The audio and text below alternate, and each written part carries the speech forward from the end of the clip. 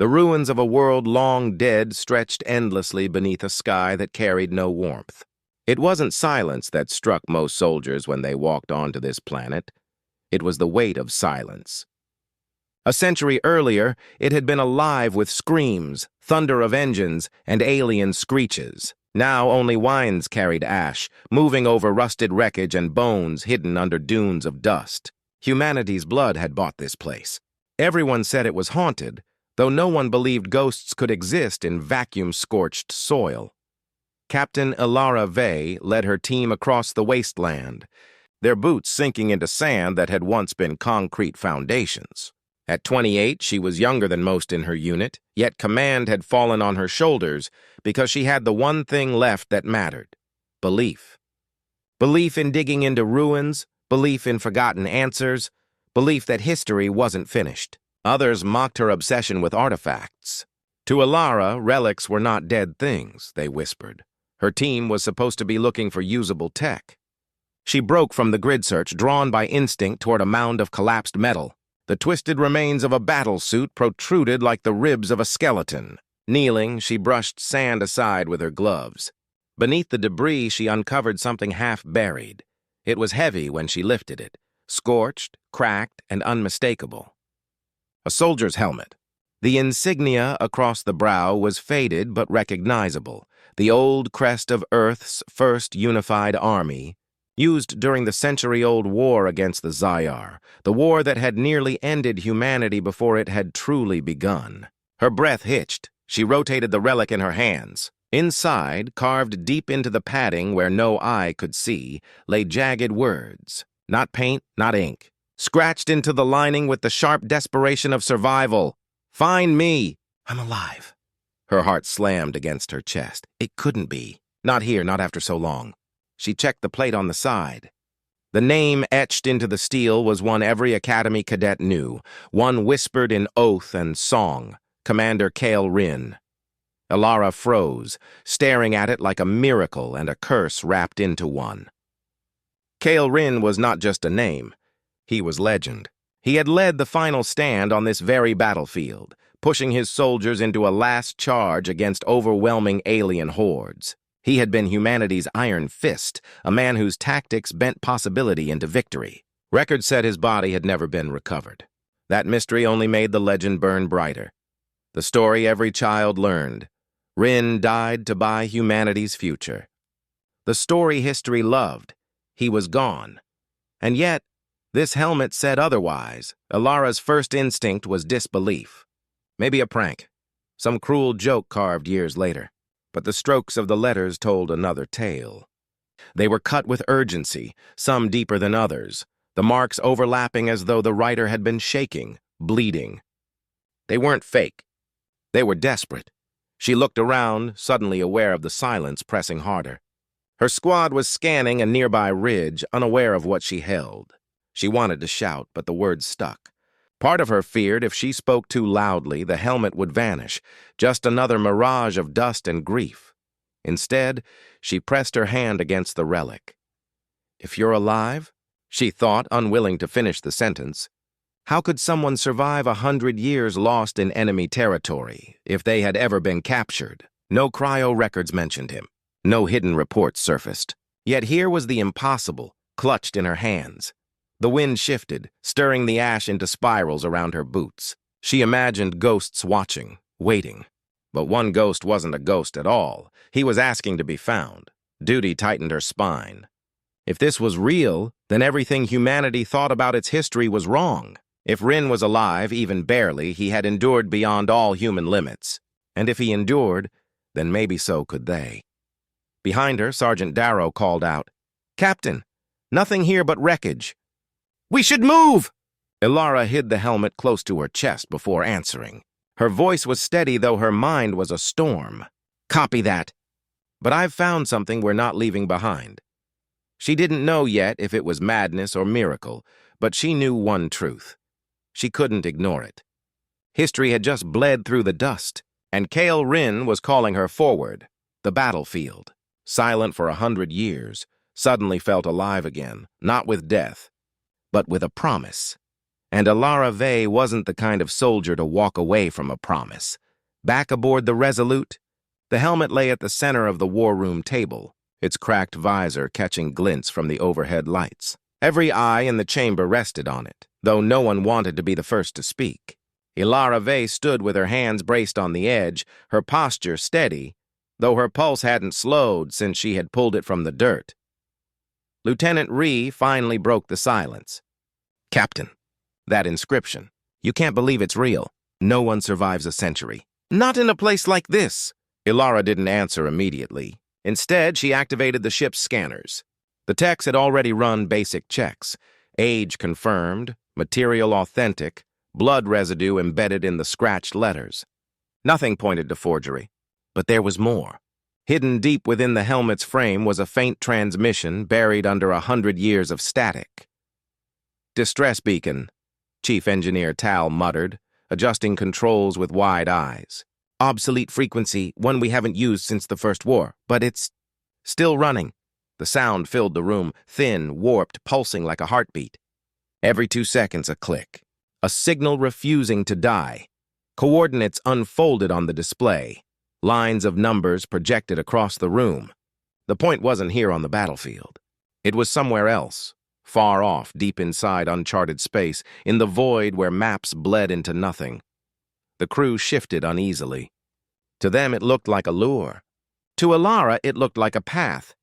"This doesn't make sense," Rhee insisted. "If he lived, why not return? Why send a beacon instead of escaping?" "Maybe he couldn't," Alara answered. She kept her gaze on the coordinates. "Maybe he was trapped." Sergeant Darrow slammed a hand against the table. "Captain, with respect, this could be a trick." "The Khayr know our legends. They could have planted this to drag us into a trap," murmurs spread through the officers. The idea wasn't far-fetched. The insectoid empire had resurged in recent years, striking colonies on the fringe, testing humanity's defenses. Their cruelty was infamous. Luring an entire crew into hostile space by dangling the myth of Kale Rin, yes, it fit their kind of cunning. But Ilara's instincts screamed otherwise. She studied the transmission again. Something about it felt raw, human, stubborn in a way machines never faked. The timing was too imperfect, as though adjusted by hand through sheer will. "We're going," Ilara said finally, voice sharp as a blade. The room erupted in protests. Fuel reserves, enemy activity, stretched supply lines. Every objection rose at once. She cut them off. "Listen to me. If this is real, if Rin is alive, then humanity has a weapon the ZR can't match. We're bleeding ships every week. Colonies are burning. We need something more than guns. We need hope." The weight of her words silenced them. For a long time, no one moved. Then Rhee exhaled slowly. "Course plotted, Captain. It'll take us into the unlit zone. Navigation may fail, but it's possible." One by one, the others nodded, some reluctantly, others with something almost like reverence in their eyes. The name Kale Rin still carried that kind of power. Later, in the privacy of her quarters, Alara sat alone with the helmet. She traced the carved letters with her fingertips, imagining the man who had written them. Did he still breathe?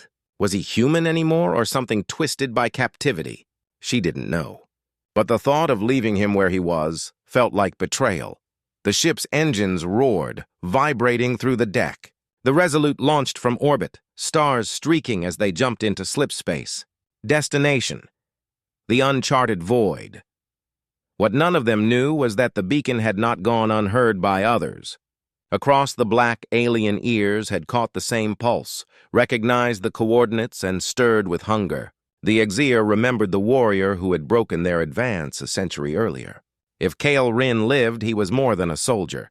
He was a threat to their very hive. So when the Resolute carved its path into the dark, it was not alone. Shadows followed, wings unfurling, claws poised, and Alara Vey, standing at the bridge with her eyes fixed forward, felt it in her bones. This wasn't going to be a simple rescue. This was going to be the spark of a war. Slipspace dropped them into nothing. No stars, no planets. Just a void so absolute that even the ship's systems groaned under the strain of mapping it. The crew stared out at blackness, as though the universe had swallowed light itself. Coordinates match, Lieutenant Ree said tightly. But there's nothing. Ilara didn't believe in nothing. She ordered a deeper scan. At first, the sensors returned only static, then a faint metallic echo, massive, hollow, derelict. Slowly, like a phantom rising from shadow, it appeared, a dreadnought drifting lifeless in the dark. The ship was a hybrid nightmare. Half Terran design, half alien structure, fused together by fire and corrosion. Its hull was gouged, scarred, but still intact. Pieces of human insignia jutted between alien growths that looked like frozen bone. It didn't belong to either species anymore. It was something caught between. "This is it," Ilara murmured. The Resolute approached. Docking clamps hissed. The airlock sealed. Ilara led the boarding party herself. Helmets sealed, weapons primed, they stepped into the carcass. Darkness swallowed them instantly.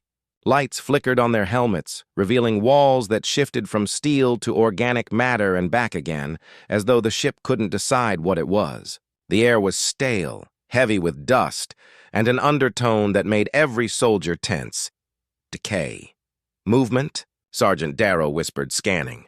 "Negative," Ree replied, though his voice held no confidence. They pushed deeper.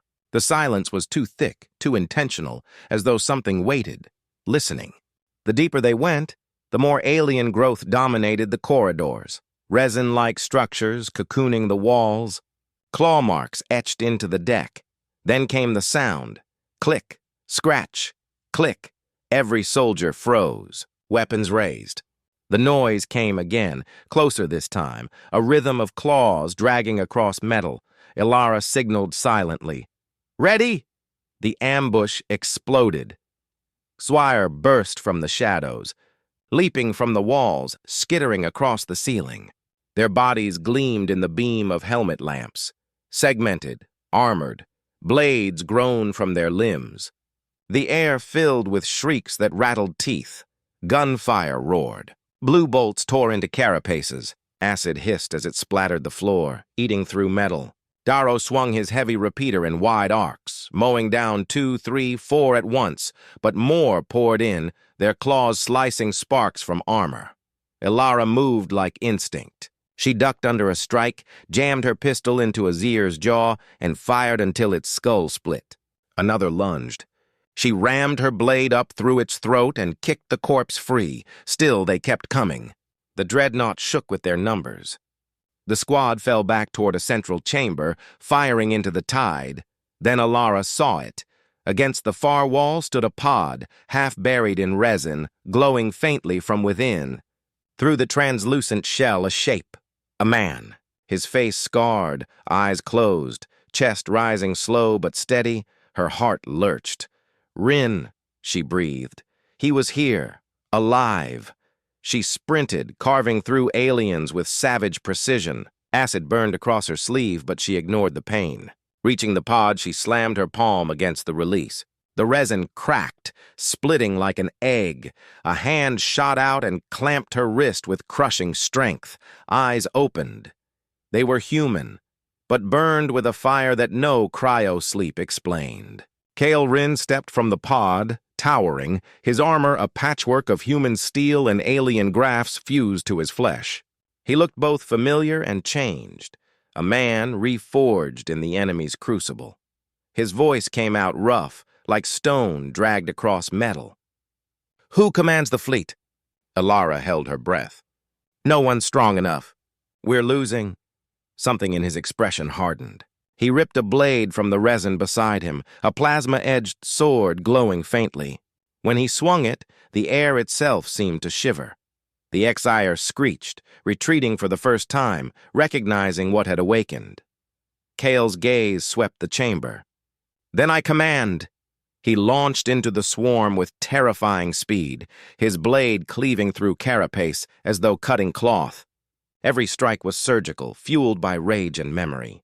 The tide faltered. Ilara's squad rallied behind him, their despair burning away in the heat of his presence. By the time the last alien fell, ichor steaming on the deck, the chamber was littered with corpses. The only sound was the hiss of vents releasing stale air. Kale Rin stood in the center, breathing hard, blood, human and alien, dripping from his armor. He looked at Alara. The Exir have not returned. They have waited. They are building something worse. And if we don't stop them now, there won't be a fleet left to save. Alara met his gaze. For the first time, she understood why history had called him legend, and why the Exir had feared him enough to keep him prisoner instead of killing him. The war wasn't over. It had only been waiting. The dreadnought's corridors still stank of smoke and acid when Kale Rin stood among the bodies. His chest heaved, but there was no hesitation in his stance, no question in his voice when he spoke. He wasn't a relic of the past. He was a storm awakened after 100 years of silence. Ilara's squad watched him with disbelief. He had just carved through a tide of enemies they hadn't been able to contain. The way he fought, each strike measured, merciless, was more than survival. It was instinct honed beyond human limits.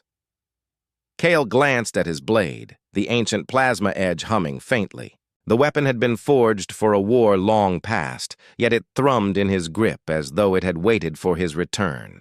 He dragged the blade free of a Zyre corpse and turned to Alara. "This hive ship is not their stronghold," he said grimly.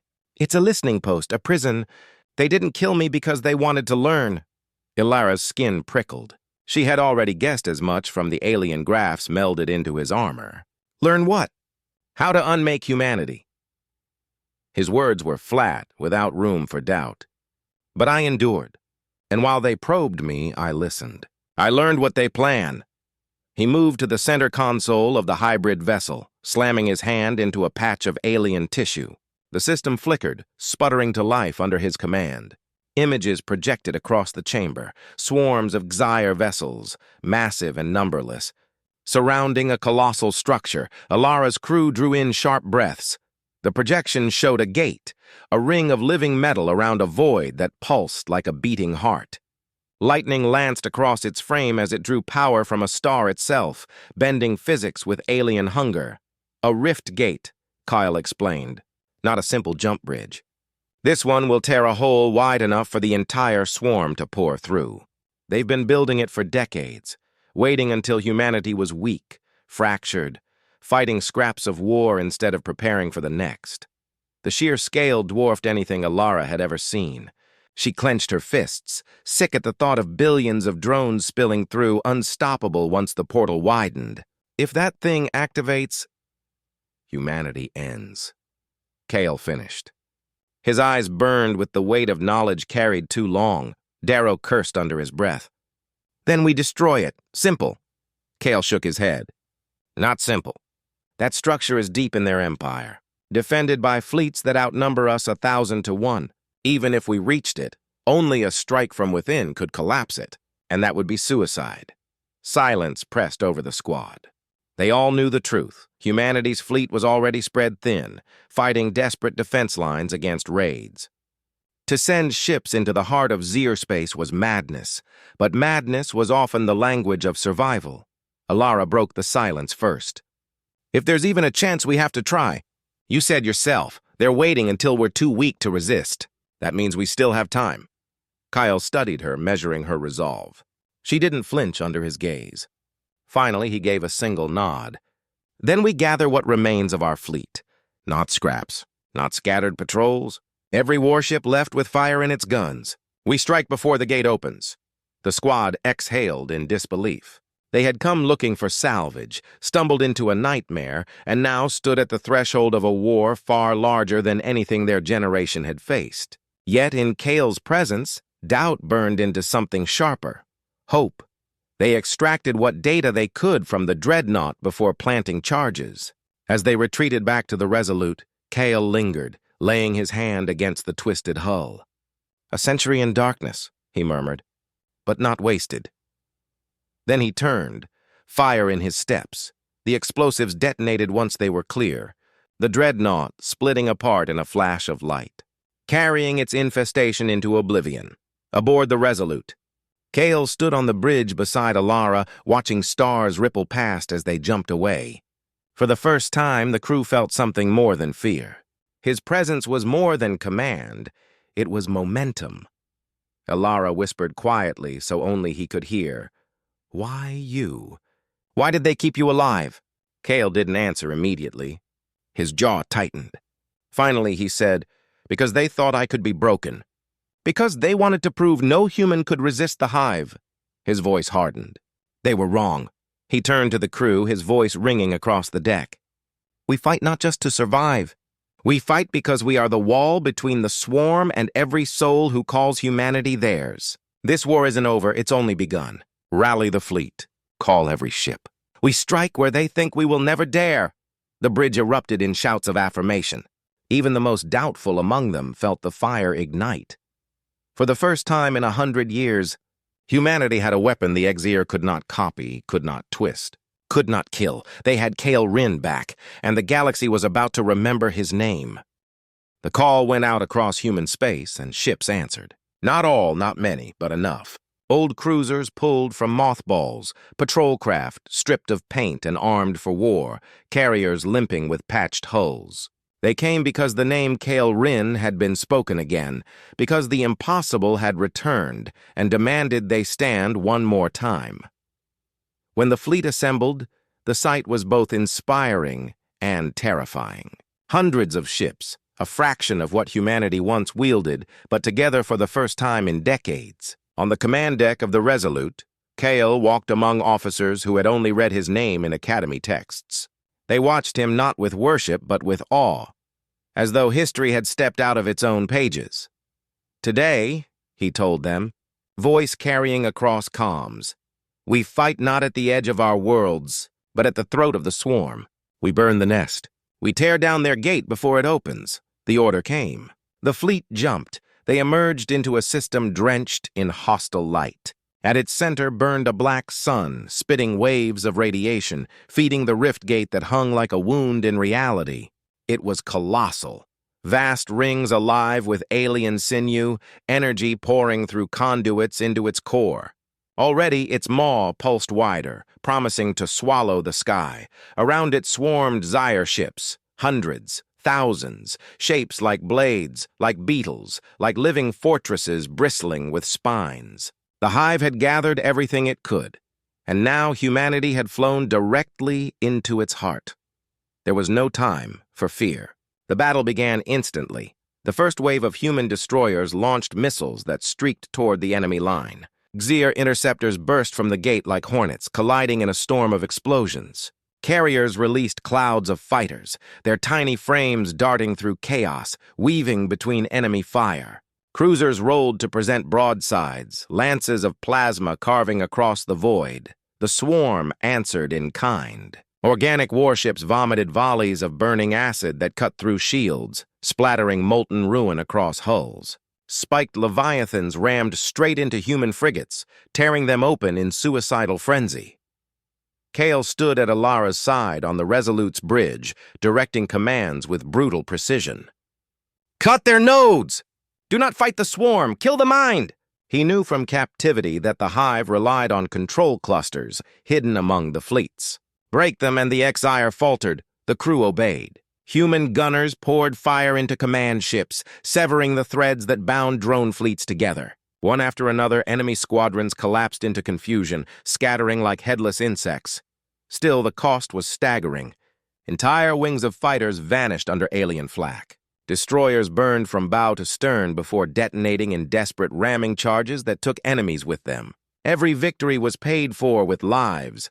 Ilara flew the Resolute like it was an extension of her own body, skimming the edges of death. She dove between dueling capital ships, banking through curtains of fire, pushing the vessel beyond safe limits. Kale never left her side, one hand gripping the command rail, the other resting on his sword. Though the weapon could not cut in vacuum, its presence seemed to steady him, a promise that he would strike where it mattered most. Then the rift gate began to open wider. The void at its center expanded, swirling with alien light. From within came shadows larger than any ship humanity had faced, colossal forms that had not yet emerged, waiting for the portal to fully widen. If they came through, the battle would be meaningless. Kale's expression hardened. We can't break it from out here. Its core must be destroyed from inside. Ilara's stomach knotted. Charging a structure the size of a moon, defended by endless waves, was madness. but looking at him, she knew he meant to lead it himself.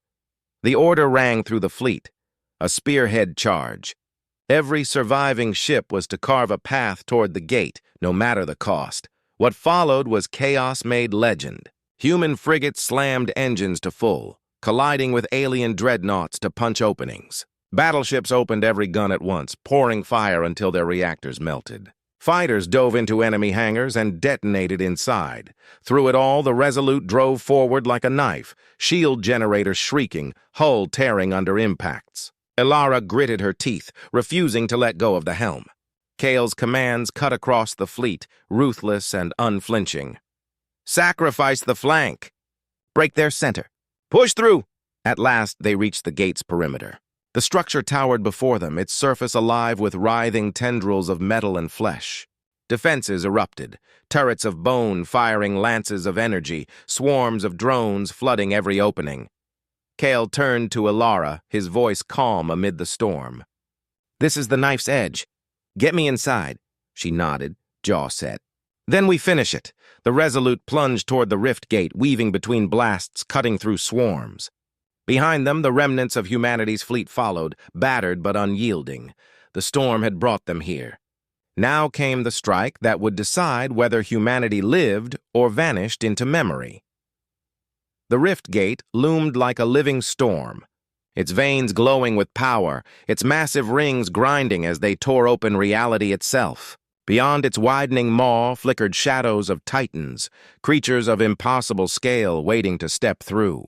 If even one emerged, humanity was finished. The Resolute plunged through a curtain of fire, shields shattered, hull bleeding atmosphere. Alarms screamed across the bridge, but Elara's hands never faltered. She drove the ship straight into the chaos, every motion fueled by stubborn will. Around them, the remnants of the fleet burned bright. Some ships detonated in kamikaze runs, smashing into the gate's defenses to clear a path. Others covered the spearhead with their last volleys before vanishing in silence. Kale stood at her side, calm amidst the destruction. His eyes locked on the gate's heart, where streams of energy converged into a pulsing core. "That's the wound," he said, voice steady. "Strike it, and the hive dies screaming." But the gate's guardians knew it too. From its surface uncoiled titanic wardens, creatures fused of machine and flesh, armored in spines. They moved like giants, hurling lances of searing plasma. One swipe from their claws shredded a cruiser into molten shrapnel. Another tore a fighter wing out of existence. Kale's voice cut sharp. "Take us in close. I'll end this myself." Elara shot him a fierce glare. "You're not leaving me on this ship to watch you die." He gripped her shoulder. "I was born to fall in battle. But this time, I'll choose where." There was no time for more. The Resolute rammed through the gate's outer defenses, skimming past a guardian's claws that ripped half its flank away. Hull integrity collapsed. "The ship was breaking apart. Evacuate!" shouted the officers. But Kale ignored them. He sprinted through the dying ship's corridors, sword slung on his back, Elara chasing without hesitation. They reached the hangar bay where a single drop shuttle still functioned. Engines sputtered, barely holding, but it would fly. Together, they launched. The shuttle shot out into open space, weaving between guardian blows. Kale stood in the open hatch, armored suit sealed, sword in hand. His voice boomed across the comms to the fleet. "One push more! Give me this chance, and humanity will never bow." The shuttle pierced the rift gate's surface like a blade through hide, crashing deep inside. They spilled into its interior, and the sight froze Elara's breath. It was not metal. It was alive. Veins of flesh pulsed with sickly light. Black ichor dripped from walls that throbbed as though the structure itself had a heartbeat. In the center loomed the core, a sphere of blinding energy encased in writhing tendrils. The hive's consciousness radiated from it, vast and cold, whispering inside their minds. "You cannot end us," it hissed in alien chorus. "You are prey. You are dust." Kale drew his blade, and for the first time in a century, it sang with fire. They fought through the core's guardians, monsters born from the gate's own flesh. Limbs like scythes, mouths lined with teeth, bodies armored in living plates. Kale moved like the storm he once was, cutting through abominations with ferocity born of rage and duty. Elara fought at his side with her rifle, every shot burning through the swarm that surged to protect their heart. But the hive was endless. For every creature they cut down, more spilled from the walls. The ground itself trembled, tendrils lashing like whips. Elara was thrown against the wall, blood streaking her visor. She cried out, but Kale was already moving, eyes locked on the core. He knew there was no time left. He looked back at her once, and in that instant she understood. His life had been taken a century ago. This was the gift, one final strike to make it count. "Find me again," he said softly through the calm. "In the songs they'll sing." Then he charged.